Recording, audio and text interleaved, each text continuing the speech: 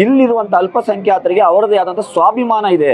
ಯಾರೋ ಒಬ್ಬ ಬಾರಲ್ಲಿ ಕುಡಿದು ಅರೆಸ್ಟ್ ಆಗಿ ಬಾರ್ಗಳ ಜೊತೆ ಹೊಡೆದಾಟ ಮಾಡ್ಕೊಂಡು ಬಂದು ಅಲ್ಪಸಂಖ್ಯಾತ ಸಮುದಾಯದ ಅತ್ಯುನ್ನತ ನಾಯಕರಾದ ಜಹನಾಬೆ ಮೊಹಮ್ಮದ್ ಮುಸ್ತಫಾ ಸಲ್ಲಲ್ಲಾಹು ಅಲೈಹಿ ವಸಲ್ಲಂ ರವರ ಗಡ್ಡದ ಬಗ್ಗೆ ಮಾತಾಡ್ತಾನೆ, ಟೋಪಿಯ ಬಗ್ಗೆ ಮಾತಾಡ್ತಾನೆ. ಇಲ್ಲಿಯ ಅಲ್ಪಸಂಖ್ಯಾತರಿಗೆ ಸ್ವಾಭಿಮಾನ ಇಲ್ವಾ ಸರ್? ಇದಕ್ಕೆ ತಕ್ಕ ಉತ್ತರವನ್ನ ಇವರು ಕಳಿಸ್ತಾರೆ. ಈ ಅಫ್ಸರ್ ಕೊಡ್ಲಿಪೇಟೆ ಕೂಡ ಗಡ್ಡ ಬಿಟ್ಟಿದ್ದಾನೆ, ಟೋಪಿ ಇಟ್ಟಿದ್ದಾನೆ.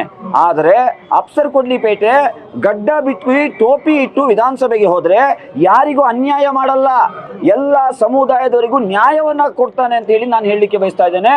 ಒಂದು ವೇಳೆ ನಾನು ವಿಧಾನಸಭೆಗೆ ಪ್ರವೇಶಿಸಿ ವಿಧಾನಸಭೆಯಲ್ಲಿ ಯಾರಾದ್ರೂ ಈ ಗಡ್ಡ ಮತ್ತು ಟೋಪಿಗೆ ಏನಾದ್ರೂ ಅವಹೇಳನ ಮಾಡಿದ್ರೆ MLA ಸೀಟನ್ನ ಬಿಟ್ಟು ನಾನು ಬರ್ಲಿಕ್ಕೆ ತಯಾರಿದ್ದೇನೆ ಹೊರತು ಈ ಗಡ್ಡ ಟೋಪಿಗೆ ಬಗ್ಗೆ ಅವಹೇಳನಕಾರಿ ಮಾತನ್ನ ಕೇಳಲಿಕ್ಕೆ ನಾನು ತಯಾರಿಲ್ಲ. ಹಾಗಾಗಿ ಇಲ್ಲಿಯ ಜನರಿಗೆ ಸ್ವಾಭಿಮಾನ ಇದೆ. ಆ ಸ್ವಾಭಿಮಾನದ ಉತ್ತರವನ್ನ ಬ್ಯಾಲೆಟ್ ಮುಖಾಂತರ ಕೊಡ್ತಾರೆ.